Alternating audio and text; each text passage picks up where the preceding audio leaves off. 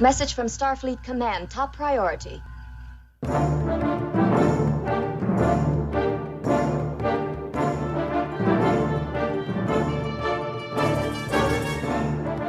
You are listening to the TrekRanks Podcast, a member of the Tricorder Transmissions Podcast Network. This is episode 148, featuring the top 5 non-corporeal aliens. Welcome, Star Trek fans. I am Jim Moorhouse, and I'm the host of the TrekRanks Podcast, and tonight we just might disappear into thin air as we take on a classic, old-school TrekRanks topic. Tonight, we're going to get our hands on the top 5 non-corporeal aliens in Star Trek history. I love this topic. It's going to be so much fun to get back into a real topic after last week's show with Terran TrekRanks takeover. So, all right. So, for this ethereal topic, we have 2 awesome guests. First up, returning for her 13th appearance on TrekRanks, it's my good friend, the executive officer in charge of radishes. It's Claire Little. Lucky 13. Yes, 13. I know you're counting. You're not counting. And our second guest tonight is making their TrekRanks debut. Super excited, coming to us from the New York quadrant. It's Paul Edinger. Paul, welcome, Paul. Thanks a lot, Jim. Glad to be here. Long-time listener, first-time caller. Love that. So let's get your Trek origin story for our first-time guests. What's your favorite Trek? When did you get into Trek? Are you a completist? Let's get a quick snapshot. I got into Trek in high school. The funny thing is my dad was always into it, but when I was a little kid, I thought it was boring and didn't want to watch it. And then when I was in high school, he was watching Voyager, and I sat down and watched a few episodes and started to really get into it. So it made me want to go back and start watching all of it. And I am almost a completist. I have watched... Sorry, I'm trying. You told me this. I can't. Yes, I love this. This is so I have watched every episode of every series, every movie, and even read every book and most of the comic books. But I have not seen Prophet and Lace from Deep Space Nine. Absolutely amazing. That is so... Because when I started rewatching the series, other than Voyager, I decided to watch them in order, and I wasn't very active online at the beginning, but by the time I got to Deep Space Nine, I was, and everyone on all of the message boards and chat rooms made me decide, I don't really need to see that one. So I've just never got around to watching it. I love this. You need to just keep it out there, and then at some point, you're going to watch this. I was thinking once I built up a decent, Twitter following that maybe I do like a live tweet of my first viewing of this episode. I like it. You got to sit on it a while. I think this is good. Absolutely. I don't know. Like, you're the guy who's never seen Prophet and Lace now. It's been so long. I feel like you have to keep it up forever. Yeah. Yeah. You're gonna someone's gonna ambush you with Prophet and Lace one of these days. Well, our friend Carlos Miranda, who's been on many times, he had watched everything except for These Are the Voyages for Enterprise. And for the longest time, he'd never seen it. And then a couple of summers ago, he did a podcast with Lee Hutchinson and another frequent guest, and they discussed him watching it for the first time. So it was pretty cool. Anyway. I think that's definitely the situation I need to do it in. Not just sitting and watching it by myself. It needs to be an event. Yeah. For now, just sit on it. It's an awesome thing. The guy who's never seen Prophet and Lace. But other than that, Deep Space Nine is my favorite series. Okay. Yes. The popular choice here on TrekRanks. Okay. That is awesome. Let's get into our TrekRanks recalibration and get into this show. What are you recalibrating? Everything. It's a sweeping, a recalibration of all systems. As regular listeners will know by now, general order number 1 of the TrekRanks charter is that we love Trek. We love to rank Trek via some deep dive topics just to get the conversation started. And remember, it's not about the ranks. That's just our excuse to talk about Star Trek. But what is that Vulcan motto? Infinite diversity. In infinite combinations. And what is diversity? But a celebration of differences. As to Paul and Dr. Phlox just said, TrekRanks is basically just a big old celebration of differences. There are no wrong answers at TrekRanks. It's not about being right or definitive. It's about sharing the things we love about Star Trek. We love it all, from TOS to TNG, straight to the Enterprise and the Kelvin timeline, and now Discovery, Picard, Strange New Worlds, Short Treks, Lower Decks, and Prodigy. It's all fair game here on the TrekRanks Podcast. Black alert. Black alert. And a reminder that this episode of TrekRanks is current through 867 episodes of Star Trek. That's the 14th episode of Prodigy's first season, Crossroads. And one final reminder that we use episodes as a shorthand term because the 13 films are always in play. Have boosted power to the communications bandwidth. And we appreciate that, Mr. Kim. You can find TrekRanks on Subspace at TrekRanks.com. You can contact me directly on Twitter at TrekRanks or at Enterprise Extra. And you can also call and leave us a message with your own picks at 609-512-LLAP. That's 609-512-5527. Okay, Claire and Paul, to wrap it up, let everybody know how they can get a hold of you on Subspace. Claire. Well, as long as Twitter is functional and alive, you can find me there. I'm isolinear chip, CHIP, and with an underscore at the end of the word. And Paul, how about you? You can reach me also at Twitter at CT Trekkie. That's CT as in Connecticut. And that's pretty much it. I love it. And yeah, our show's timeless. So I don't know what you're talking about Twitter there, Claire. So, okay, we are ready to activate our level 1 diagnostic. This is going to be quick and short. Here we go. Run a level 1 diagnostic series. Come. Okay, so really quick. Non-corporeal. Hey, what does that mean? Incorporeal, non-physical life form, formless, transdimensional, could mean anything. I think this is a wide open topic. There are a ton of non-corporeal aliens. And there's also we're calling it aliens, but it could also be you're like something that's temporarily non-corporeal. I think that could be in play too. We'll see how you guys do your Prime Directives. So there's a lot in play tonight. Let's do it. Prime Directives. But what you're proposing is exactly the kind of tampering the Prime Directive prohibits. Okay, Claire, we're starting with you. Tell us how you broke it all down and came up with your list. You're normally outside the box, so I'm figuring that's going to be the case here. So I did try to think about all the different ways that something could be non-corporeal and tried to include lots of different versions of it. I did stick to alien, though. So a human who is non-corporeal for some reason, I did not include because they're not an alien. There is an additional criteria that ended up materializing that you will recognize once I'm done with my list. Okay. All right. So, okay, that human thing, that's interesting. So you're looking for non-corporeal. Yeah. I did. You said alien, and I did need to be somewhat contained. Yeah. Understood. Okay. Paul, how about you? So I went with, I don't want to get too complicated on my first time. So I went with what I call the Jonathan Archer Prime Directive, which is not a very rigid Prime Directive, just what feels right. I love that. Yeah, I thought you might. I went with, I eliminated anybody or anything that isn't mostly non-corporeal. Like if there is any point where it exists as a solid life form, I eliminated it. Okay. That doesn't include anything that can only be solid if it possesses someone else or insinuates itself into something. Those ones were still in play, but anything where it goes back and forth between forms, I decided to eliminate. Understood. And the other. So that would be like a Q, right? Exactly. Yeah, Q or a hologram.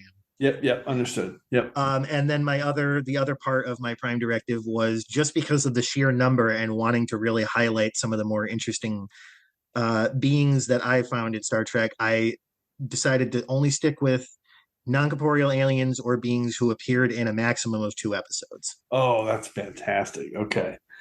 All right. So more than 1 episode. Oh, no. A maximum of 2 episodes. Okay. So the reverse of what I was thinking. So, man, this is complicated. I love this. Can't wait to hear these lists. My Prime Directive was as simple as it ever gets. I didn't even really have one. I brainstormed a long list, and they're all still on my list. And narrowing it down was just like, man, I don't even know how I'm going to do this. The only thing I probably did to narrow it down is I went 2 extremes. So I did some big heavy hitters, some obvious ones, and I did a couple of deep cuts.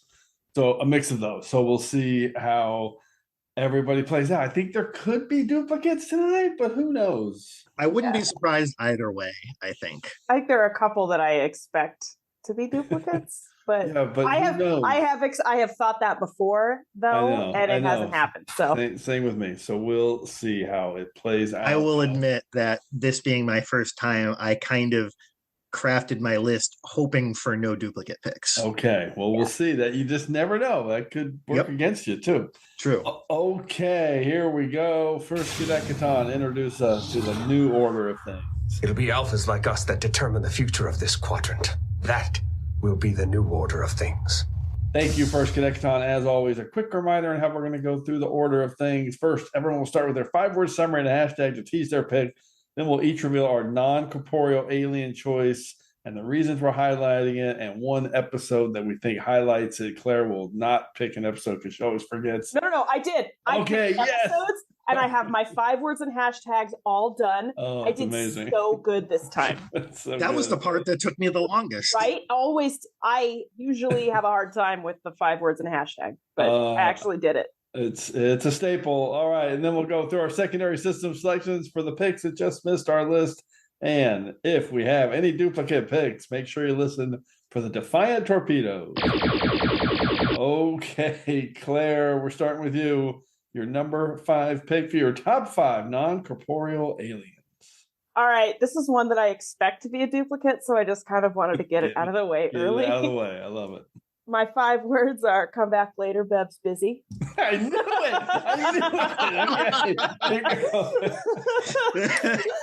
Hashtag dinner light the candle.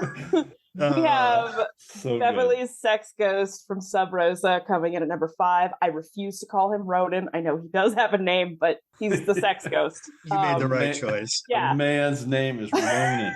Okay. This is, I'm assuming, definitely the only non-corporeal alien, maybe the only alien in all of Star Trek that survives on like horny energy, as far as I know. Maybe the alien that like takes over Delta Flyer with Tom Paris. I don't know. Alice, but, I don't think I've ever actually connected it wasn't like those dots. Horny energy, but it was just like energy. You're saying energy. It survives on horny energy. Yeah, I don't think. Yeah, I think so. And like for whatever reason, I thought he was just in love with her. and her grandma and her great grandmother and her great great grandmother. No, he's like, oh my god, survives on horny energy of like middle-aged women, I guess. Anyway, I mean, there's not a lot you can say about the sex ghost that hasn't already been vigorously discussed. It has been discussed. Yeah. I just want to shout out, like, it's hilarious to me that Jonathan Frakes directed this episode. Yeah. That doesn't really have anything to do with the energy alien in this case, but I just think it's really funny. Well, it's funny you say that because the only comment I was going to have is what I always say about this episode. Hey, it was written by Brandon Braga and directed by Jonathan Frakes. What could go wrong? Exactly. Well, actually. What a pedigree. Yeah. But honestly, like, even without a sex ghost, this episode would be bizarre, even if it was like just a normal guy. Honestly, that was a perfect summary of Bev's sex ghost. Paul, what do you got? Any comments? That is a fantastic pick. I have to admit, I was hoping somebody would pick this. Yeah, exactly. It was obviously the first thing that popped into my head as soon as I heard the topic title. I was like, somebody's got to pick the sex ghost. Oh, I think your imagination is... Think what you want. See what you want. Just do as I say. Dinna light that candle and dinna go to that house, or before you know it, I'll be burying another Howard in this cemetery. But I did like the point about it surviving on basically horny energy. Yeah. Because we see a lot of non-corporeal aliens in Star Trek that feed on rage or anger or... Oh, shit. I am like having... my mind is being blown right now. But we never really think about it from this perspective because we're always too focused on how ridiculous the whole thing is. God, it is like... I mean, yeah, like, I guess... I mean, I guess, like, he's a cool guy in that respect, but just not the part where he... like kind of, I don't know, brainwashes the women. That's not cool. Yeah, there's consent issues here, but like little squicky, right? Sure. But I mean, I guess he's like the chill cousin of like the rage aliens and stuff. Wow, that is. I also just want to give a shout out because I watched this episode a few times, and it took me probably 10 years of watching Star Trek before I realized that it was the same actor who played Shakar. Yeah, I was about to say, shout out to Duncan Rieger, Shakar. Did not realize that for quite a while. I knew that right away somehow, but yeah, it's amazing. All right, well, listen, I just learned a lot about Ronan, the sex ghost. This is a fantastic pick, Claire. Thank you for getting us started with that, because I didn't pick it either. It sounds like Paul didn't, so we got it out of the way, and now we can just go on with the show. Here we go. Paul, what's your number 5 pick? So my number 5, my 5 words are the Calamarain, count to 4. My hashtag is Calamarain, make Q soar. Oh my God. I love this. This is a great deep cut. Yes. So my number 5 pick are the Calamarain from TNG season 3, Deja Q. Yes, fantastic. And just to, recap, this is the episode where Q is punished by the Continuum by being made mortal and chooses to serve out his punishment on the Enterprise with Picard as a human. Obviously, no one believes him at first. They figure it's all part of one of Q's games. And then eventually we see the Calamarain, who exist as just essentially swirls of light, but they're capable of interacting with people, and they try to take revenge on Q for some unspecified, atrocity he visited upon them in the past. Yep. And one of the things I really like about the Calamarain is, of all of the non-corporeal aliens we see in Star Trek history, this is one of the very few that never communicates with the crew. They never make any kind of contact with them. All they have is their attempts to get at Q. They don't threaten the Enterprise. They don't try to talk to them. The Enterprise crew never really try to talk to the Calamarain. It's just this swirls of light that no one really knows about that are just going after Q. And it makes me really want to know what he did to them. Yeah, there was something there where they couldn't talk to him, right? Because there was the universal translator didn't. Right, because they obviously didn't have a language. I mean, maybe it was telepathic, maybe it was flashes of light, but there was never really time to get into it. Yeah, I thought they were always interesting because, I would love to see more of them, because I just the thought that they were kind of sitting there waiting for Q to F right. up. For how long? How many millions of years? Right, exactly. And as soon as he was human, they're like, "Oh, there's that mother effer. Let's go get him." I always we are serious. I mean, they were threatening. There was like an agency to them. Like, no, yeah. we are going to destroy your ship if you don't let us have this guy. Absolutely. Yeah. And I always kind of figured that Corbin Burnson Q kind of tipped him off as like a little bit. This is your headcanon? Yeah, as a little bit of a test, because it kind of seemed like he was rooting for Q, but he also said that he was the one who got him kicked out of the Continuum.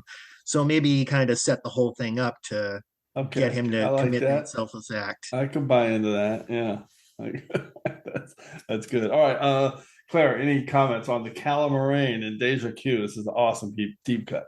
Yeah, this is a great choice, and I do.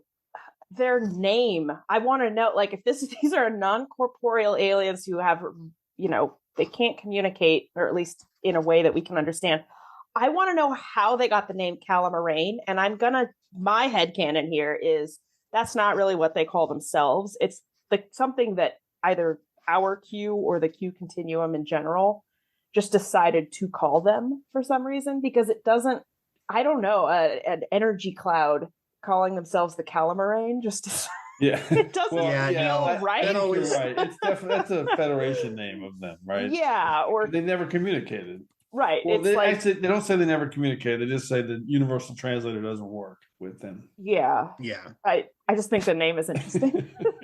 It's like a good Star Trek name and a good Star Trek alien, but they don't marry very well. No, definitely not. Okay. Let's go to my round 5 pick. I absolutely knew that one of my picks was going to be a glowing floating orb that flies around the ship. So that's where I'm starting with this deep cut choice. 5 words and a hashtag. Supplicate yourselves, behold and tremble. Hashtag, I shall make a feast of your misery. Yes. Absolutely. And it is the transdimensional energy creature from Lower Decks Envoys, just in the open, the cold open. And I love this this is, I think this is the moment. I mean, the first episode was great, but this is the moment at the beginning of the second episode where I was like, oh shit, they are really going to go deep on serious Star Trek lore and make fun of it and enjoy it and be part of the joke. This orb guy flying around and Mariner's just like right away, like, grab him! Let's make him do stuff for us. Stuff him in the container. Stuff him in the container. She makes him make one of the purple striped tricorders. And of course he's like, no, it takes too much of my energy. And he ends up they end up being this tiny little orb that tries to then attack Freeman, and he just kind of flitzes out. And that's when Freeman says, warp me. So that's also the moment that's born. Anyway, it's a 2-minute scene, and I freaking love this as a play against all the different times we see a floating light orb going through the ships. Claire, what's your take on this one? Yeah, it is so easy for floating light orbs to get into Starfleet ships. Like the alloys that they use and the shield harmonics and whatever, like they have a big weakness, and it is floating energy orbs that want to randomly impregnate people or create like imaginary friends, scary little girls. But it's the floating energy orbs that make life in Starfleet exciting. Yeah, it's the one thing you never know, like maybe it's going to happen. It does. Yeah. You can't get too comfy with life out there. Amazing. Paul, what's your take on Envoys? This was the last cut from my list. It's on my secondary systems. And for the exact same reason that you said, like, I wasn't 100% on Lower Decks after episode 1. And then that opening scene where Mariner puts a glowing orb into basically a headlock and forces it to poop out a tricorder was when I realized I am going to love this show. And it was just the perfect mix of, real Star Trek and like that parody of all of the floating orbs that we'd seen before this. Yeah. That all led up to this moment. And it was probably my second toughest cut from my list that ended up on my secondary systems. Fantastic. Yeah. It's just a classic Lower Decks moment. Okay, round 4. Claire, what do you got? All right, my 5 words are Skeletor makeup repurposed for Trek, #computer level 2. Ooh. I'm going with the Skeletor looking guy from Worf's calisthenics program. Oh, wow. Now, okay. I would not normally have let myself choose any holographic alien, but this is an alien that only exists as this hologram. It's not like a hologram of a real alien species. So I was like, all right, I'm going to let myself use it. And also, theoretically non-corporeal. Yeah. Right, because it's a hologram. And I'm choosing the Emissary as my episode, even though it does appear before that. I think this is the only time that this particular non-corporeal alien was like figures into 2 people getting down. Probably. As far as I know. I'm sensing a theme with your picks. There should, so that's the last time, I promise. Okay. But this is just so it really is the Skeletor makeup repurposed. It is the same. Is it really? Yes. I know people have always kind of said that. I didn't realize it's the same. Yeah, well, they made some tweaks to it, I guess, for its appearance on Star Trek, but they started with the actual Skeletor makeup. Also, extremely cool death sequence. Like the way it just gets sliced on that diagonal and just very cool. I don't know. This is just one of those aliens that stuck in my mind as like a little kid. It's very like, wow, that was cool and scary. That's awesome. Yeah, and absolutely. It's my kind of, like I said, I wanted to think about the many different ways you could be non-corporeal. So there's that one. And I like the fact that literally everybody listening to the show knows exactly what that alien looks like. I'm assuming, because if you're listening to and sounds like it has a very unique like trilling like scream type thing that it makes. Yeah. Always I can hear it in my head now just thinking about it. It's definitely a cool sound effect. I love it. All right, Paul, any other thoughts on the Skeletor hologram from the Emissary that Worf kicks his ass? I do like Claire's point about him only existing in the holodeck. In one of the Star Trek novels, Worf, they go into Worf's holo program and they mention all the aliens he's fighting. And this is the only one that's not given a name. It still just says a skeleton-faced alien in the book. It names, him fighting a Brickar and a Nausicaan and a Chalnoth, but it's still just a skeleton-faced alien. According to Memory Alpha, they said that it was supposed to be some mythological Klingon monster, but I don't remember the details on that, and I also don't know if that's canonical. Oh, that does make a lot of sense. Okay, Paul, let's go to you. Your number 4 pick. What do you got? All right, my number 4 pick is, my 5 words are Kes steals Mirror Ezri's clothes, # and Mirror Kira's attitude. And this is Tyrion, the warlord from the episode of Voyager season 3, Warlord. Oh my God, yeah. Exists only as a disembodied consciousness who has to live by transferring from person to person after he died 2 centuries ago. I'm mind blown. This is a fantastic pick. Yeah. So they beam his current host body aboard Voyager, who is dying, and takes the opportunity to transfer himself into Kes. And at first, we don't really sense anything is wrong. She's a little distant. She gets into an argument with Neelix. And then as they're getting ready to beam the survivors back to their planet, I believe it's Alaria, suddenly Kes pulls out a phaser, murders 2 people, and jumps into the transporter. And we find out that there's this, basically, I don't know what you'd call him, like a Genghis Khan type. Yeah. Who just took over her mind and is now in control. But the fun of this for me is we don't get to see, obviously, a lot of great Kes episodes. There are some good moments. There are a couple very good moments, but for the most part, she's just kind of there, and they didn't really do a lot with her. So this was really one of the rare opportunities where Jennifer Lien got to kind of flex her acting muscles, really ham it up, but did a great job of it. And getting to see Kes, be the only person in 200 years who managed to give this guy a real fight, taking over her mind, was really fun to me. So it was kind of like with The Passenger in Deep Space Nine. It was and Vis-a-Vis and a bunch of other episodes. Yeah, it was just an engram or whatever it is going from one body to the next. Right. It wasn't like a previous member of this species who learned this power and trick to do it. That's what I always thought it was. No, he was. Oh, that's what it was. He was like their leader, and he turned into a dictator, so they killed him, but he transferred his consciousness and had been doing it, trying to get back to rule the planet again for the last couple hundred years. Okay, so and at that point he's non-corporeal because basically his original body had died a long time ago. Okay, got it. Yeah, so it is what I thought. Okay, that's a great pick. I love this super deep cut. It's an underrated episode.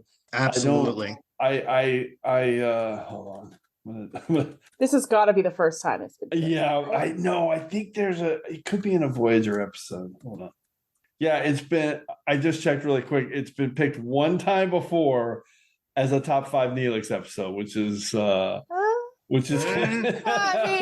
don't know about that part. Which is interesting to say the least. Hey, Bichet. Oh. Bichet picked that. But I mean, he does kind of save the day in the end. He's the one who manages to get close enough to her. Correct. He does. Yeah, but he does. That's kind of a dig on. This is a Kes episode. Sorry. Absolutely. Yeah. So, Claire, what are your thoughts on this episode? It's super underrated. It is a genuinely good episode, and Jennifer Lien's performance is also very good to the extent that it makes you realize how bland and just sort of forgettable Kes is a lot of the time, and you realize it's the character. It's really not the performer. I'm sure that Jennifer Lien did as much as she could with the character of Kes. And this episode shows that she could do genuinely interesting, riveting performances. It does showcase her. Yeah. Oh, the end when they really start fighting and Tyrion in her body turns her basically manic, running around demanding everyone build a garden. It was really good. Yeah, I love the moment where she reveals Tuvok in in the faceless mask, pulling the mask off everybody. It's an underrated episode. I do also like to point out, like, I enjoy the fact that, early and mid 90s Trek sometimes kind of struggled a little bit with progressiveness. It had its moments, and you could tell they were trying. And I did kind of oddly like how once Tyrion was in her body, he was just kind of willing to do anything. He was still with his wife, but he was going to marry this other guy to cement his hold on the throne. And he was like, we can all be in love together. It was a very weirdly progressive moment for mid-90s Trek, I think. Yeah, like he's not bothered by or doesn't feel diminished that he's in a female body at all. Exactly. That is for sure the case in that episode. It really comes through. Okay, let's go to my round 4 pick. 5 words and a hashtag. You'll hang by the neck, Captain. Hashtag until you're dead, dead, dead. Hip, hip, hooray. It is Trelane from the Squire of Gotham. And I listen, I've loved this episode since I was a little kid. And the reveal at the end when his parents, the non-corporeal parents, show up in the sky and stand over him and say, stop being a big meanie and playing with these poor humans. Time to come inside for dinner. Just always blew me away. I do love even though I don't think it's the case, I've always loved the speculation that they're kind of Q-like, and maybe we're the forefather of Q or the forebearer of Q. But yeah, I love this episode. I'm not sure what he needs that computer for to power everything if he's not corporeal. But hey, no, actually, I guess my first pick needed that too. So he's an adolescent. It's clear that he's still a child among their. So maybe his powers aren't developed quite as much as his parents. Yeah. And we just saw that in my first pick where the guy needed extra power. So they're training wheels. Yes, I love it. This whole episode is one of my favorites. It's a great sci-fi concept, super big. Trelane is my choice. Claire, what's your take? Good choice. Love it. I personally subscribe to the idea that they are members of the Q continuum. I love it. But I mean, it is definitely a retcon, but I feel like it's one that works really well and doesn't change or like diminish or anything that the Trelane. It just sort of adds to Trelane. But yeah, another example of a performance that the actor really makes it work, because it could be annoying, it could be a little cloying and over the top and obnoxious, but it's not.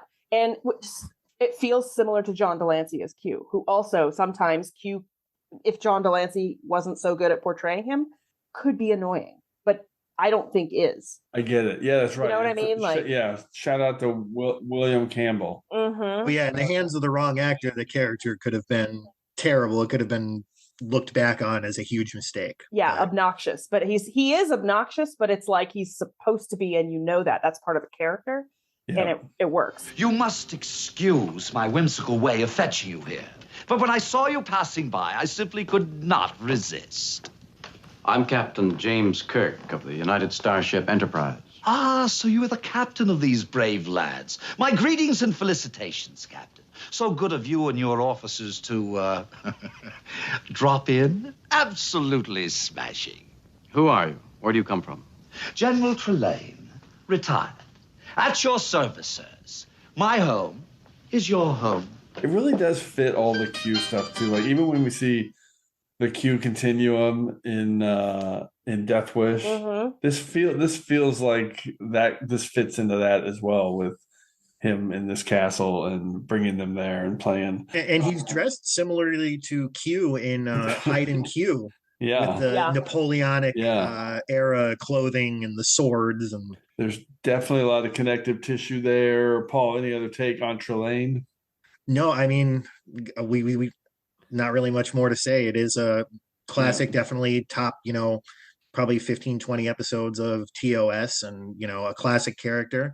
I'm with Claire. My headcanon has also always been that. I think that's that need of a lot of Star Trek fans to kind of weave it all together in your head, even if it's never been made explicit. Like you want it to fit all together, so you find a way in your head to comfortably fit it all together.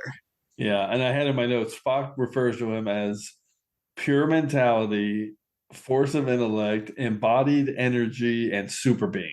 I mean, that's Q. So Yeah, that's all that. That's stuff like a says dictionary definition right there. Exactly. Okay, let's go to the soup round. Eat your soup, courtesy of a loyal establishment. Jolan True. Claire, what's your number 3 pick? All right, in honor of the soup round, my 5 words are, this goes out to Adam, hashtag the starship is waking. I have gone with Masaka et al. In TNG's Mask. Yes. Yes.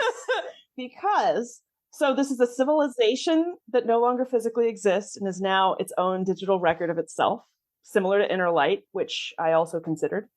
So that's one layer of non-corporeality. Interesting. So I never would have thought. I'm wondering how you were going to make this non-corporeal. Right. But there's a second layer, which is that the people or the personalities that emerge are those of mythological figures or real figures who have been mythologized. So they're kind of gods, but maybe they were real, who became deified over time. Maybe they never existed at all. So it's a digital record that acts as a computer virus of entities who are, to some degree, at least, fictional to begin with. So they're like super non-corporeal. Yeah, if Skeletor is not corporeal, then these absolutely then Nagano and whatever they were before, it's whatever they were before, it's definitely, you can't argue that they're non-corporeal, not non-corporeal now. Because the only way they can exist is by possessing data. Right. Yep, I love it. I love it. That's so good. Masaka is waking. Masaka is waking. Paul, any other take on? The only thing that I can say is what popped into my head immediately when you said that, they were mythological beings that either were real or maybe they weren't, and they were just mythological beings, was Apollo. Mm-hmm. From I thought of Apollo. US. Yeah. Who knows? Maybe that's all connected. I love it. Okay, so Claire, not disappointing with Sub Rosa and Mass. Yes. 2 of her 3 picks. Paul, what is your super round pick? All right. So pick number 3, my 5 words are Spock's not tasty, Chapel disagrees. Hashtag Garavik. Oh, and this is the Dichoronium cloud creature, the vampire cloud from TOS episode Obsession. This is the blood-sucking cloud that killed a third of the crew of Kirk's first ship, the Farragut. Mm-hmm. It comes back, the Enterprise finds it, and Kirk goes full Captain Ahab, or in Star Trek terms, goes full Picard in First Contact on this cloud. The son of his captain, who was killed by it, is now a security guard on Enterprise, and he kind of takes out his frustration on him. Part of this pick was because we just saw Garavik again, or heard from him anyway, in the recent episode of Prodigy. Yep. All the World's a Stage. And it made me think of this, and I had to pick it. What I really love about this is one of the, arguably what I would consider the weaknesses of TOS is we didn't get a lot of character development in those 3 seasons. We don't learn enough, I feel like, about the backstory of all of our characters until we get into the movies and then into the, I guess what you want to call the extended universe. But this, seeing Captain Kirk, this is the first time we really see him getting a lot of pushback from his crew about his behavior without there being some kind of third party intervening, whether it be because he's possessed by Janice Lester, or there's a second evil Kirk. This is the first time where it's just Kirk. He's not being mind controlled. It's him. And they're pushing back on him because he's getting a little obsessive. Yep.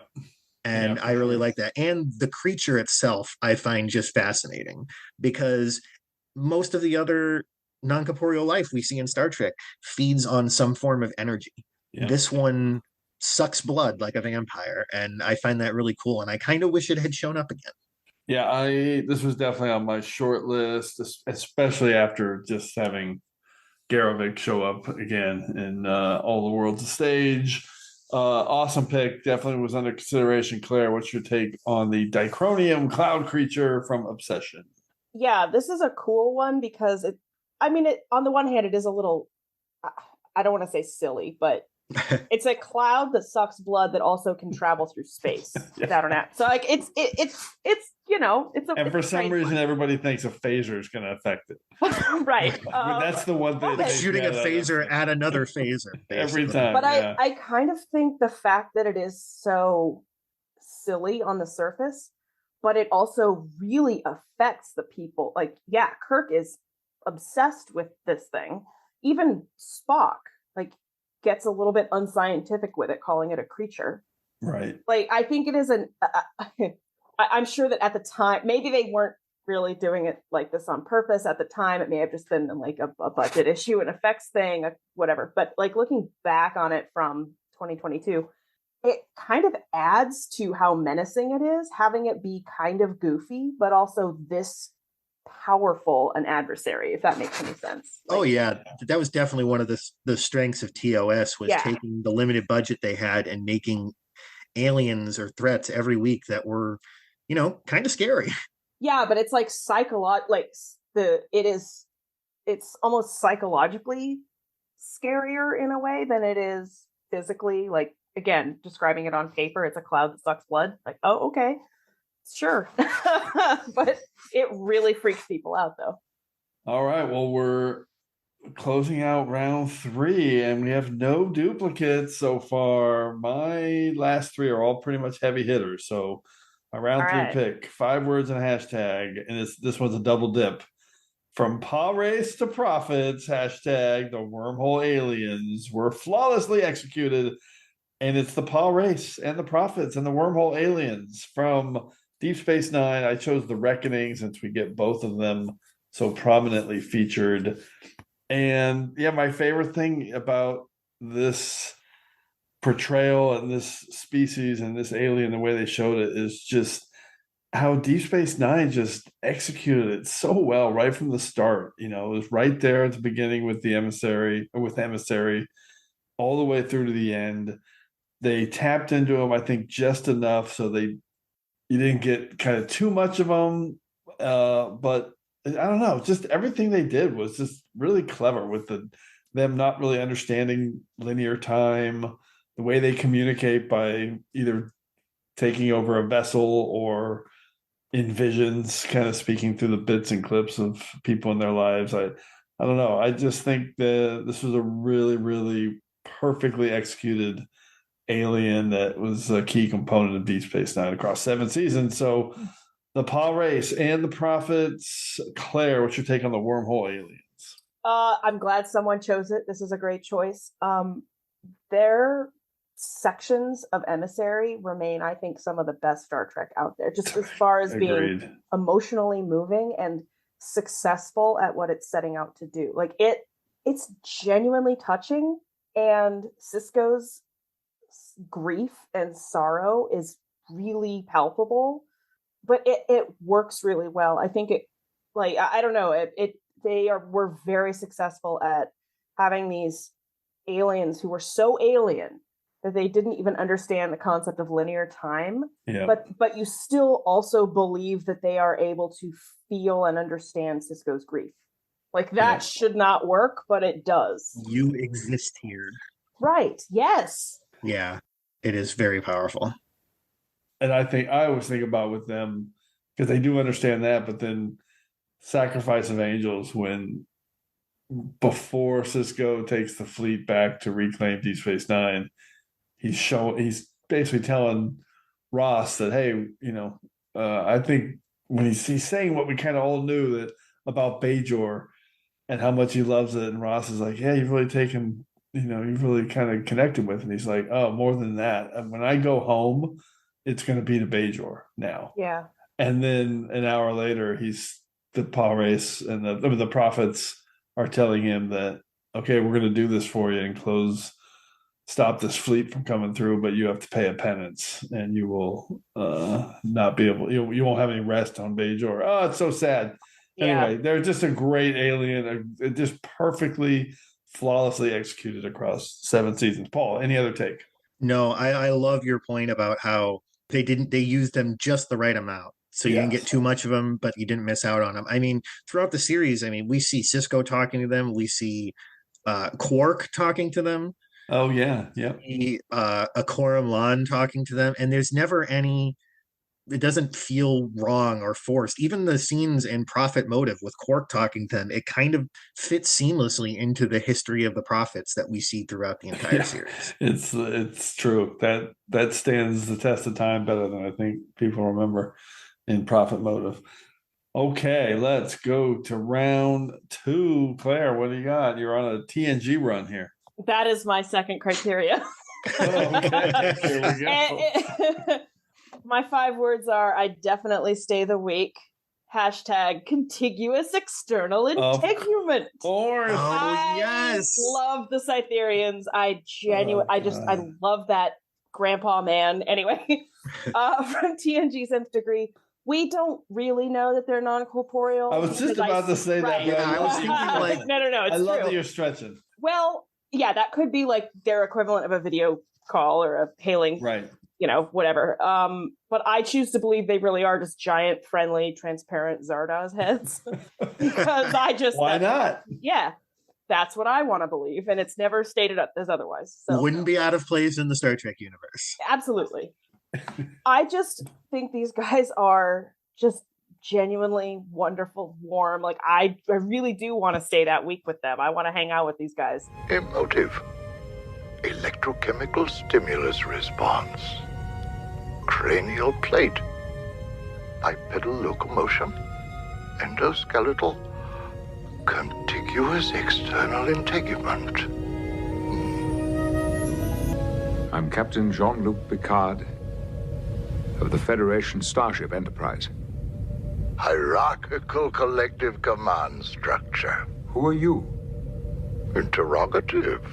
I also just really love the flip. The Nth Degree is a great episode in general, just all across the board. But I really love that you think it's this aggressive or, adversarial in some way, this like negative thing going on. And it turns out it's just some super nice, like hippie dudes. Like, we just want to learn from you. Yeah. And they're just so excited by what they see, and they're just friendly, and I love the Cytherians. The little end cap on that episode where they're like, Picard's like, and we spent the week. Okay, bye. End of episode. I'm just always like, oh my God. Damn it, what happened? More. What did you learn? Yeah, I want that week. It is a very Star Trek payoff. Yeah, it is. I love the Cytherians. Classically Trek, this episode. So again, I never thought of this, Claire, of them being non-corporeal. This was the first one I thought of when you said non-corporeal. I was like, Cytherians. I just think of them, that's their video kind of projection into the ship. But now I'm liking this. They're just floating... Big floating heads. Non-corporeal heads. Paul, any other take on the Nth Degree? This is fantastic. No, that is a great pick. Like Jim, I didn't really think of this. I always just assumed that was like he said, the holographic communicator, that they were sitting in a room down on a planet somewhere, like the Wizard of Oz. But it is a great pick. It is a fantastic episode. One of definitely top episode of TNG, and yes, I really wish we had learned what they learned in that week. Like, what were they doing? Yeah. But no, the point you made about it seeming so menacing. Like, what was Barclay going to do? Like, he was turning into the Borg Queen. We had no idea where that was going, and then get there, and it turns out it's just, hey, we wanted to say hi to you guys. Yeah, but we didn't really want to leave to do it, so we brought you here. It was just like you. This is how we explore. Classic Star Trek ending. Instead of everything blowing up, it's just, hey, we're explorers too. I love it. Love it. Okay, Paul, what's your number 2 pick? All right, so my number 2 pick, my 5 words are Saru feeling a little blue. # mist and crystals. Oh, the Pavins. Yes, this is the Pavins from I'm not actually 100% on the pronunciation of the Latin. Civis Passum Parabellum. Sounds good to me, yeah. Yeah, from Discovery Season 1. This is a planet they discover with what they think is a natural crystalline transmitter that they're hoping to use the Discovery crew is hoping to use to detect cloaked Klingon ships. And when they get there, the whole planet is kind of inhabited by this blue mist that turns out to be the Pavans, who are a non-corporeal species who live in what Saru describes as perfect harmony with their entire planet. And they kind of infect him in a way, make him want to stay because of how perfect everything is. They take away his fear, and he becomes infatuated with the planet to the point where he's destroying their communicators and fighting with Burnham to try to keep her from getting them back off of the planet. But what I most like about the Pavans is, to me, they're sort of a counterpoint to the Organians in that they want everything to be at peace, but they don't really understand it. The Organians came up with a way to get Klingons and the Federation to stop fighting that they knew the Klingons would have no choice but to accept. But the Pavans are a little naive and figure, we'll just bring them here and then everybody can talk and everything will be fine. Right. And I like that, like thinking of them as almost a little more childlike than the Organians, despite wanting essentially the same thing. Yeah, and that fits into the way that they sort of, I don't know, present is maybe the wrong word, but the way they give peace to Saru is a simplified piece that makes him, he's sort of overrun with it. Like it's just a blanket. Kind of glassy-eyed, almost a little dumb. Yeah, exactly. Yeah. As opposed to peace that you can then incorporate into yourself and your world and your life and that you can still function with. Like it's a good functional piece versus this just being like, he's kind of stoned. Yeah, exactly. But he feels the kind great. of peace you get sitting on your couch as opposed to, actually achieving anything in any way. Right. I love the way they portray the Pavans. Really alien. Just feels very successful in terms of being like a very, non-corporeal, super alien looking or feeling. Yeah. Were these the first non-corporeal aliens we saw in Discovery? I think so. Yeah, for sure. Yeah, I felt like sure they were. It felt like an old school episode a little bit. I will say this is one of those episodes, I think when you watch it a second or third time and you kind of understand where they're going with Saru a little bit more, it's more successful. Yes. Yeah. And especially that last scene where he talks with Burnham about that inner peace, the calm and not knowing fear. It's that really works. That really works more. Yeah, knowing what he is going to be like later on when he achieves that. That's naturally. Amazing too. Yep. Yeah. This is a good rewatch for sure. It feels like a standalone episode in a lot of ways. Plus, you get to see him running on top of that cliff. I just love that. Makes me laugh. It's so good. I think this is the first episode of Discovery that really feels like an episode of another series. It feels like a TOS episode. Yeah. I look at it and I can see Spock in Saru's place. Yeah, I think that's Kirk right. in Burnham's place. Yeah. On a planet where Spock finally finds peace between his two, the Vulcan human. And like it just feels like a classic Star Trek episode. That's kind of my point on the rewatch, because it's still got all those serialized elements, and that's kind of what you're focusing on first when you're watching this episode, when you're watching it through as part of the series, like, oh, what's going on with Burnham and what's going on with Ash and what's going to happen with the Klingons. But when you watch it a second or third time, you focus on the Pavans and Saru and all that stuff that's happening there, and it's more interesting. Cool. Great pick. I love this. Deep cut. Definitely thought about them. Okay, let's close out round 2. Oh, this is a heavy hitter. I love this one. One of my absolutely favorite things in all of new Star Trek. 5 words and a hashtag. A different kind of hive mind hashtag. From Kolos to Zero. It is the Medusans. Yes. And my episode is excellent. Is episode 12 of season 1 of Prodigy. The brilliant classic Let Sleeping Borg Lie. I love this episode. I can't believe what they did with it, not only with the Borg, but with Zero and the Medusans. Anyway, so Medusans, I think I've always loved them. I think they're a fascinating species. Obviously, they debuted in TOS, like in 50 plus years ago. And they're this really brilliant, high concept creature design that it took us 50 years to see again, because they are so high concept. And not only in terms of how they would, what it would take as an effect to show them effectively, but also because if anybody looks at them, they go mad. So how do you kind of integrate that into your storytelling? The Prodigy folks have come up with the best way to do it. Zero is my favorite character on Prodigy.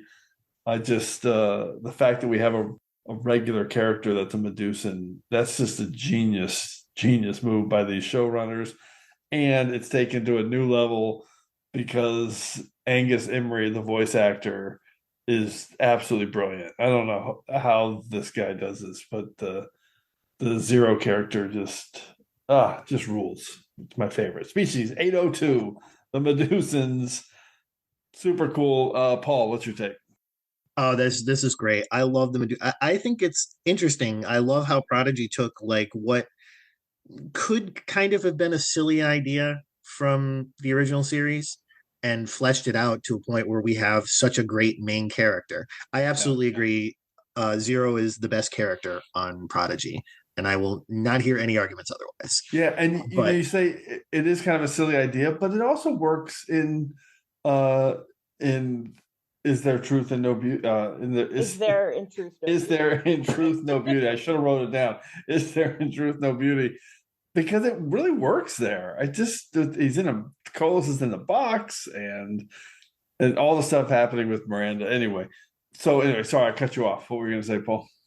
No, that was essentially it. It is a great pick, and I love the concept of an alien. That it's a very interesting way to have a non-corporeal alien without having to really focus on what it looks like. What design do we do that doesn't reminisce too much of another non-corporeal alien? Well, we don't have to worry about that because nobody can look directly at it. Right. So it can just kind of be a little bit of light. And I'll just say, having said that, the way the animation on Zero is so cool. It feels like it's always a glare. So you're you can just sense that there's something underneath that we can't quite understand. They could have just gone with a blinding light, but really clever. They really put the effort into it. Claire, what's your take? I'm really glad you chose the Medusans. I was hoping somebody would. I really like Is There in Truth No Beauty? I think it's a great episode. And Spock's speech when it's Kolos speaking through Spock at the end is it's one of the most heartbreaking, sad, but also it's sad, but it's also there's awe in it. It is one of the most truly, I think, alien moments in Star Trek, because it's interrogating like what being in a physical body is like. And what a variety of senses you have. This thing you call language, though, most remarkable. You depend on it for so very much. But is any one of you really its master? But most of all, the aloneness. You are so alone. You live out your lives in this shell of flesh, self-contained, separate. How lonely you are. How terribly lonely. Ambassador. I think it's brilliant writing, and I love that, and it connects with Zero. And I also think it connects with Spock, because that's not Spock speaking, but I feel like Kolos's words coming out of Spock's mouth, it feels like Spock speaking as well. Like those are sentiments that Spock has also expressed. Love it. Thank you. Okay, Medusans, Zero rules. Let's go to round one. Claire, what's your number one non-corporeal alien? Begin round one. All right, 5 words. Next stop, New Vertiform City. Oh, yes. That's awesome. Love it. Hashtag dream logic makes real sense. Oh my God. So this is the alien or the intelligence that the Enterprise D spawns. I did not think of this. Really? It's such a smart pick. I didn't think of it either. The Enterprise is non-corporeal. Oh my God. Well, and it's non-corporeal in that it leaves. So I kind of, to me, it's different than Zora, the Discovery's sentience, because Zora has a body. It's Discovery. It's a ship. Yeah, it's right. not an organic body, but it's definitely a body. I mean, she clearly is like, this is my body. I don't want to leave it. This is only in the Enterprise as long as it takes to basically gestate. But I really think they were successful in showing what it would feel or look like for an emerging intelligence to slowly develop cognitions. Like, you have this weird mishmash of holodeck programs that seems really random, but it slowly becomes logical. Like, you see the gears kind of start to connect up and start to turn together. And I think I really think it works. Like, it starts out kind of silly, like, we got a train in the middle of Shakespeare. Yeah. But then I don't know, like, I think it really works. And also, this is just an episode that is full of really top tier technobabble. This has nothing to do with the non-corporeal life forms, but I just like a magnoscopic storm in the Macorda sector. Like, my come God, on, man, that's good stuff. Well, what do you know? We're here. New vertiform city. I just love this episode. I mean, it's right there in the title of the episode, Emergence. Yeah. It's so good. Paul, what's your take on the Enterprise entity Emergence? It's brilliant. I love that you picked this. I didn't think of this, but now that you've said it, I'm so glad that you picked it. I'm so glad that somebody did, because it is a fantastic pick. And I do love your the way you looked at it with how it kind of slowly starts out like, what the heck is going on, and then turns into, oh, well, actually, this kind of makes a sort of sense. Mm-hmm. It's a life form that's just coming into its sentience. It's like a child kind of just taking things from the world around it and trying to make sense of existence, like everybody does when they're, brand new to existence. And and also the technobabble, absolutely the technobabble. So good. Claire, I mean, this is too insider, but Adam Drozen, who's been a guest many times, this is going to be his favorite list ever. You've got Sub Rosa, Mass, and Emergence. These are like 3 of his favorite episodes. I mean, all from season 7. I know. Oh, that's right. All from season 7. And Brandon Braga wrote at least 3 of these. Oh my God, I think you're right. No, Mass, I think, is Joe Manoski, right? Okay. Okay. One point here. I want to make sure is the entity that who it turns into that kind of weird noodle shape. Is that non-corporeal, or are you saying it can be any shape it wants? Probably. I mean, it turns. Yeah, it's that like noodle thing is a great descriptor. The pipe. Honestly, what it turns into is, remember the pipe screensaver from like. Yes, exactly. That's always what I think of when I see it. Yeah. Okay, yeah, that's what it is. All right, we're on board. Then it's like a beam. It also like glows with light, and it goes through the ship's hull. So I feel like it is. Oh, there you go. That's insubstantial at the least. Says it all. Yes, yeah, I love it. Okay, Paul, what's your number one? That was brilliant. All right, so this was my number one from the moment you told me the title. My 5 words are: interplanetary Porthos wants O'Brien's love. # the ambassadors of unhappy. And this is the computer program PUP from the Gamma Quadrant probe in the episode Deep Space Nine, Season 1, The Forsaken. Yeah, okay. This is an awesome deep cut. This is the first one you thought of? It was because for 2 reasons. One, this is, if you asked me to make a list of the top 5 threads that we never got to see play out in Star Trek, this would make my list. The fact that O'Brien puts this computer program into his little doghouse to give it input, to keep it happy, and we never hear from it again. It's just like, I would have loved to have heard, just a few references. Like, how handy would PUP have come in during civil defense? Yeah, that could have saved the day. Yeah, exactly. Or Arman Bashir, or any of the other computer crises on the station. It's just interesting to me because, one, this is the first real alien intelligence we see from the Gamma Quadrant. Before this, it was just, your standard humanoids with different makeup. It was the Wadi and Croden, I believe, were the only 2 Gamma Quadrant visitors that we saw in Deep Space Nine Season 1 before the episode The Forsaken. And it was, again, it's a lot like the Cytherians. It just wanted to learn. It wanted to interact. It wanted to explore, and it wanted attention. And they give it attention because otherwise it's going to destroy the station. And, I love that, just knowing in the back of my mind for the rest of Deep Space Nine, 6 more seasons, that somewhere in the computer, there's just this happy little puppy having fun, just looking through files. I am going to rewatch The Forsaken as soon as we're done here. This is so great. This is an episode that everyone remembers the Odo and Lwaxana stuff. I think that's why most people think of with this episode. And the ambassadors. So I always remember the ambassadors of unhappy.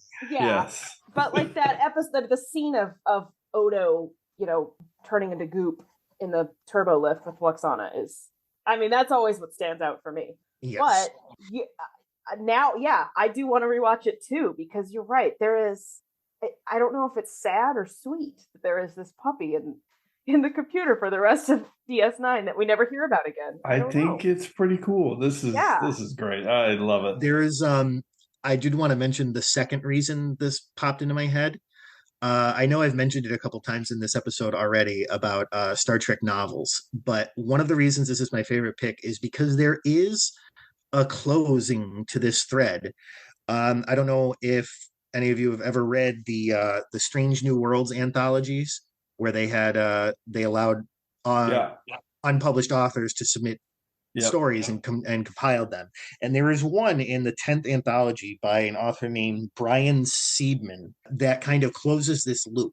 And it's about Dr. Zimmerman visiting Deep Space Nine because his professional pride is offended by the fact that this guy Felix created Vic Fontaine, who seems to be a sentient hologram. Yeah, I read that one. Yes, I remember that. And then in the course of his interview, he finds that Pup, who got bored with just being in the computer, merged himself with the Vic Fontaine hologram, and that is why Vic has so much more self-awareness than your average hologram. That's all coming back to me. That's the brilliant. The power of fan fiction. Right? Yes, it's and so that, good. that is such a great explanation for Vic Fontaine and for what happened to Pup in one story that it had to make it my pick. I absolutely remember that. And I also remember, as soon as you said Strange New Worlds, the one that popped into my head was the glowing disco ball from The Day of the Dove was also featured in a really good Strange New World story that I think it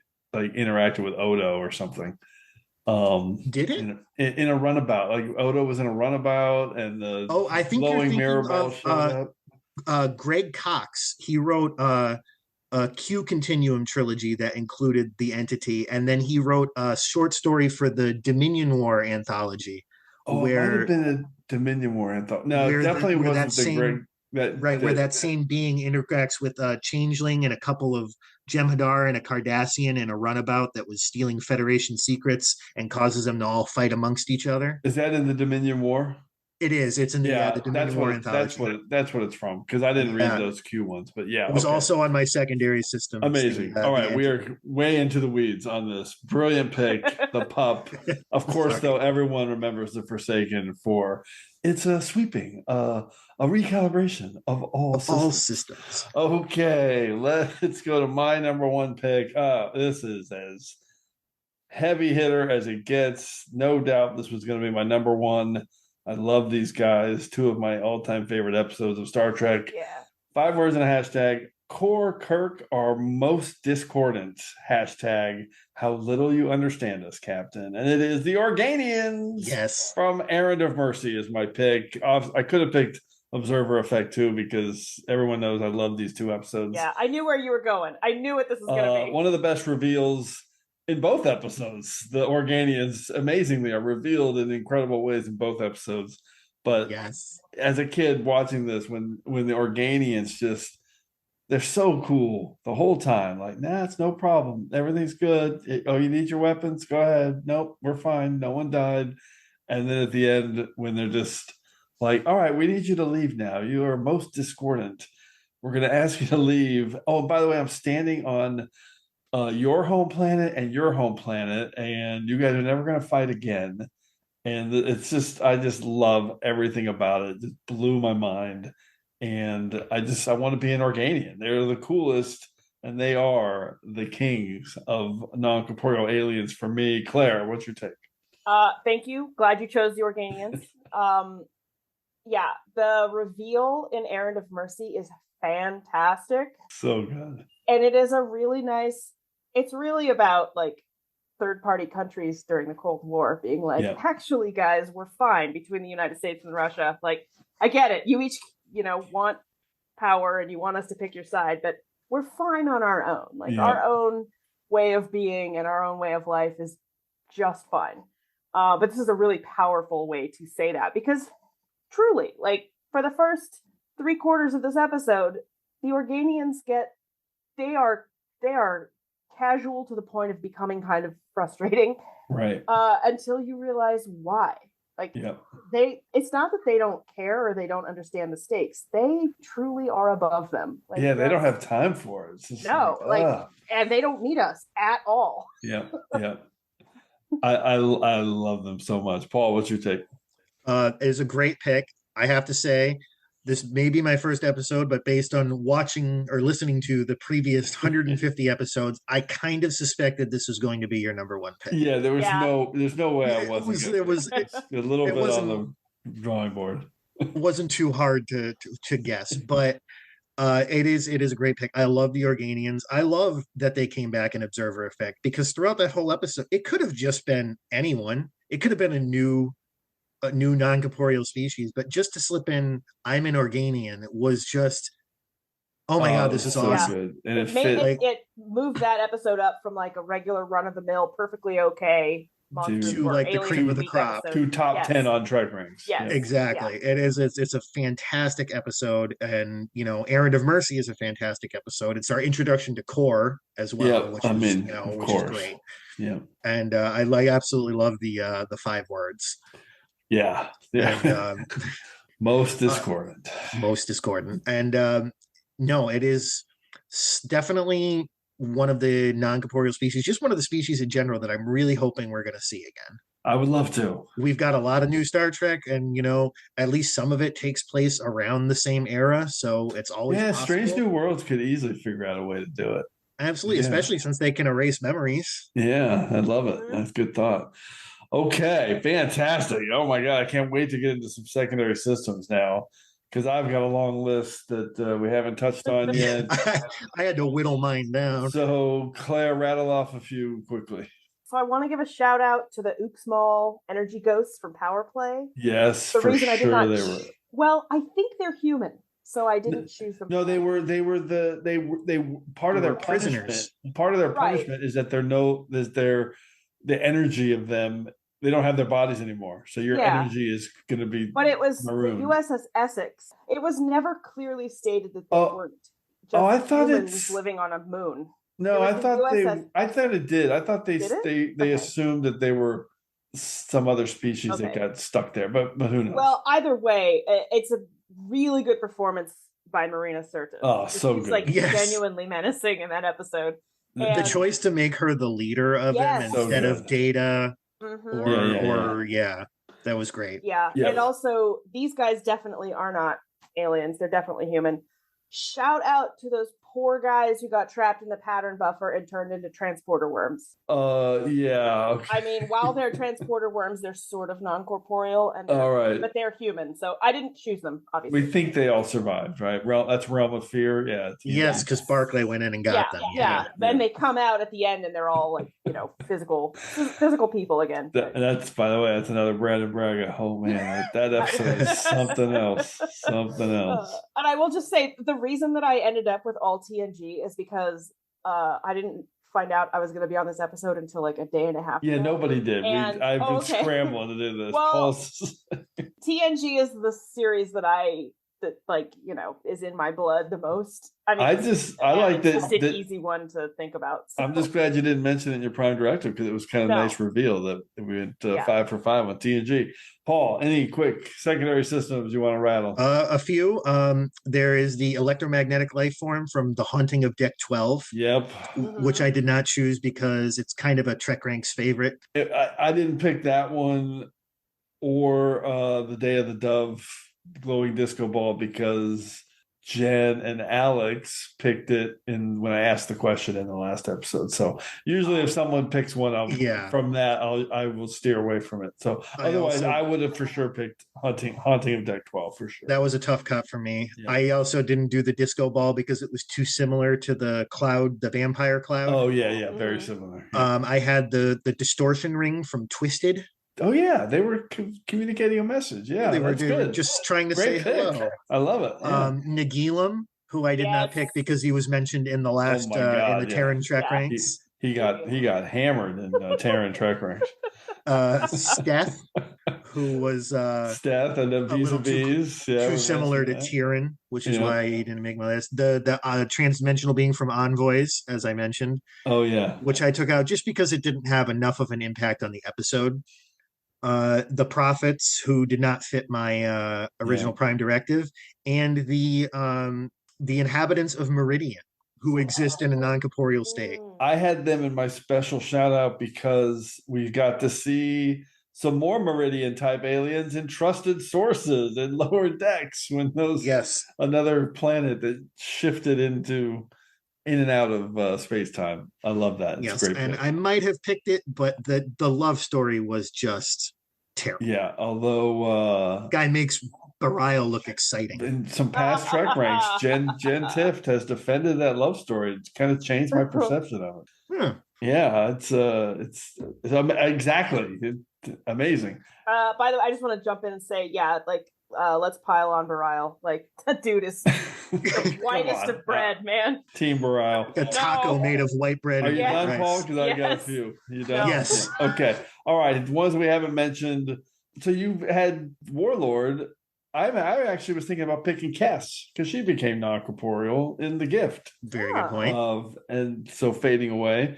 The Travelers are potential. The Paxons from Clues, which also got hammered on Terran Trek ranks. The Companion from Metamorphosis was one that I considered a little bit more. Oh, I did not think of that. Than Obsession and the Dicronium Cloud Creature. And the Bonding, the Koinonians who wanted to take. Yeah, that's right. I always think of the Worf stuff in that episode. I kind of forgot about the aliens. Yeah. That was, and then I had one more here that hasn't been mentioned. That's pretty cool. The non-corporeal Illyrians in Ghosts of Illyria who come in and save Spock and Pike in Strange New Worlds. When they cover them up as part of their genetic engineering, they ended up as non-corporeal ghosts flying around, flames or whatever they are. Anyway, okay, so many options for this topic. I love it. I knew this would be a super deep cut, and we had no duplicates, which is incredible. I am shocked. Incredible. Absolutely. You just never know on Trek Rank. You never know. Okay, let's get into our regeneration cycle and recap our picks. Computer, activate regeneration cycle. Alcoves beta and gamma. All right, Claire, rattle off your all TNG list. All right, at number 5, we have Bev's Sex Ghost and Sub Rosa. At number 4, we have the Skeletor-looking guy from Worf's Calisthenics program. That is what is written on my notes, by the way, that whole phrase. Perfect. From the Emissary. As it should be. Yeah. Number 3 is Masaka and everyone else in masks. 2 are the Cytherians from Nth Degree. And number 1 are the residents of New Vertiform City from Emergence. Fantastic. So you had 5 from TNG. Yep. We love it. Paul, what's your rattle off your list? All right. So number 5 was the Calamarain from Deja Q. Number 4 was Tyrion from Warlord, Voyager Season 3. Number 3 was the Dicronium Cloud Creature from TNG or TOS Obsession. Number 2 was the Pavins from Discovery Season 1. And number 1 was Pup from Deep Space Nine Season 1, The Forsaken. I love it. So you had you had 5 different series, right? You had one from TOS, TNG, Voyager, Deep Space Nine, and Discovery. And I think all 5 of yours were one-time appearances, which actually Claire's was as well. Mm-hmm. Yeah, all one-time appearances. So I'm the only one that kind of went with some of the recurring characters. Okay, so my list. Number 5 was the transdimensional energy creature from Envoys in Lower Decks. Number 4, Trelane from the Squire of Gothos and his parents from TOS. Number 3 was the Wormhole Aliens, the Prophets and Pa Race from Deep Space Nine's The Reckoning. Number 2 from Prodigy, the Medusans, Let Sleeping Borg Lie. And my number 1, of course, was the Organians and Errand of Mercy from TOS. So I also had 5 different series: Lower Decks, TNG, Deep Space Nine, Prodigy, and TOS. And the only real stat I kept was non-corporeal aliens that were fully non-corporeal in all of their representations. They were never in a human form of any type, either as a hologram or as a taking over a vessel. So there were 7 of those picks. 4 of those were on your list. I didn't count Kieran on your list, Paul, because he was in the human shape, but the other 4 were all just completely non-corporeal. Love this. Oh, and the series breakdown. So we actually spread it around. Even with Claire's 5 TNG picks, we spread it around really good. So there's 1 each from Voyager, Discovery, Lower Decks, and Prodigy. 2 from Deep Space Nine, 3 from TOS, and 6 from TNG. Super cool topic. That could not have been any more fun. All right, but as we do every week, we've been hit by a temporal distortion. So before we can depart, it's time to hear from you. The temporal distortions are fracturing space-time throughout the ship. Cause? Unknown.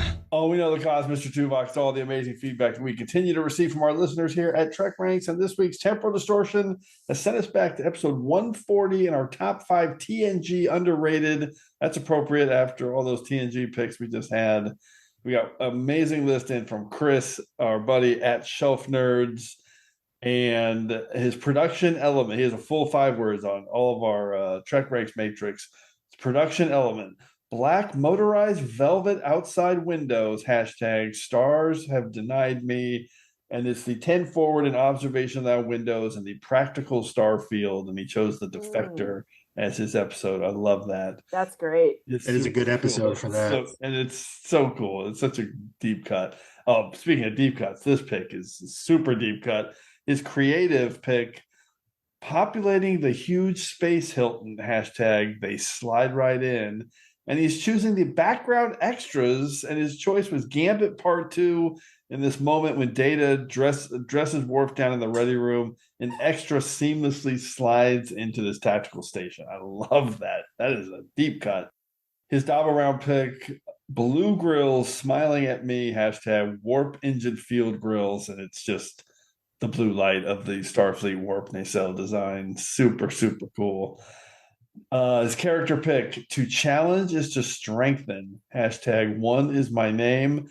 It's Dr. Catherine Pulaski, people. She challenges the crew, pushing them to better define themselves or think more critically.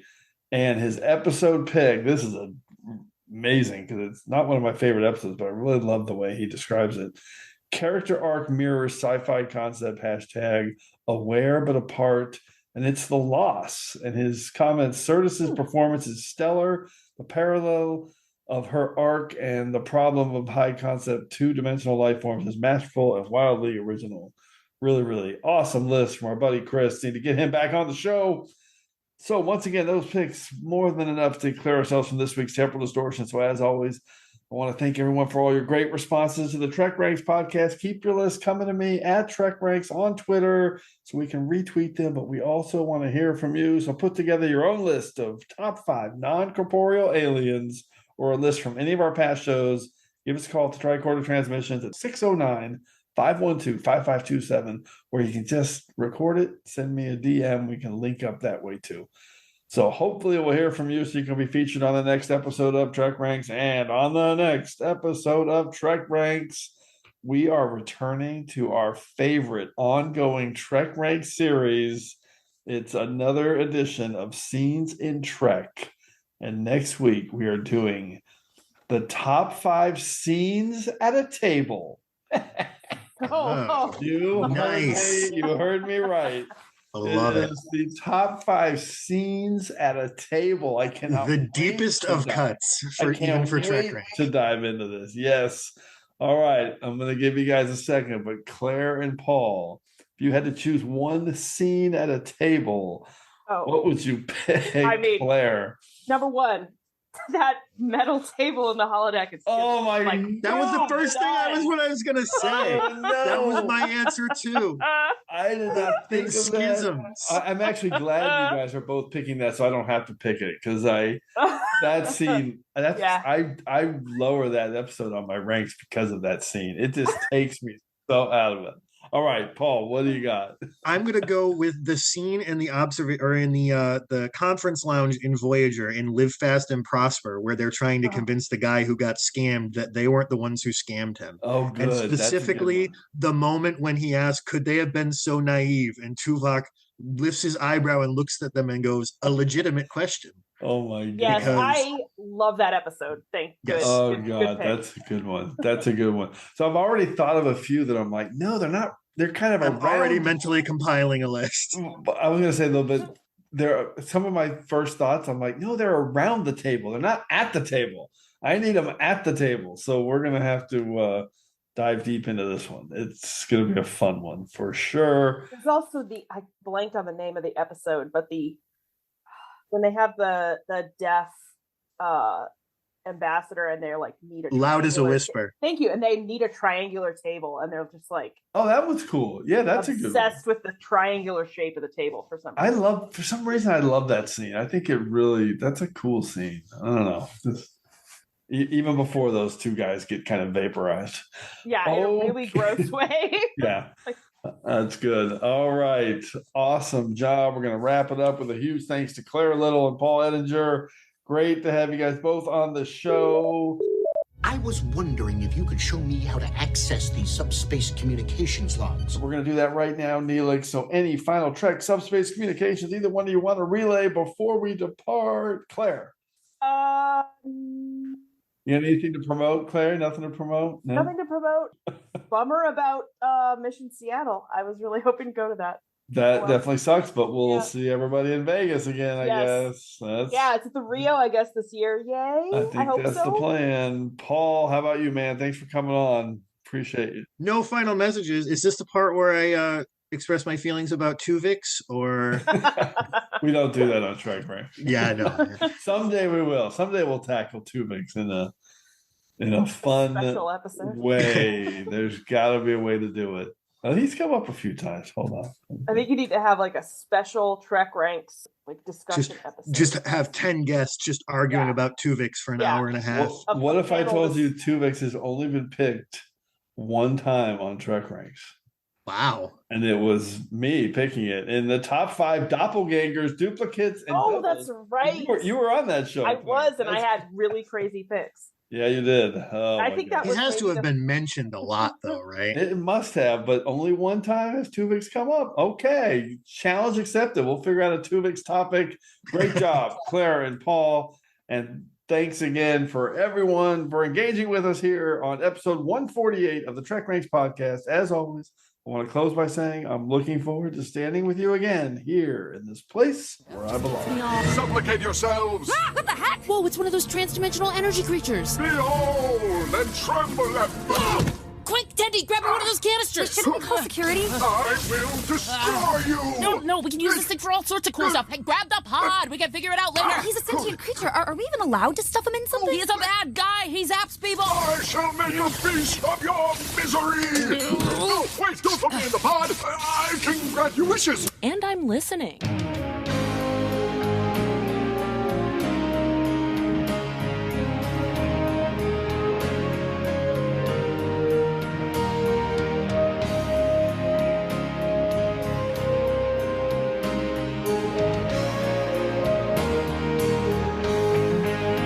Just want to remind everyone again that the entire TrekRanks catalog is available for you to download and listen to at TrekRanks.com and on your podcast player of choice. Our episodes never get carbon dated, so check out the topics you've missed and maybe just want to listen to again over at TrekRanks.com. And a reminder to check out our friends 5-Year Mission at 5yearmission.net.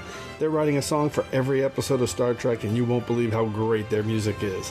They also have a podcast at the Trek Geeks Network, so seek them out. You won't regret it.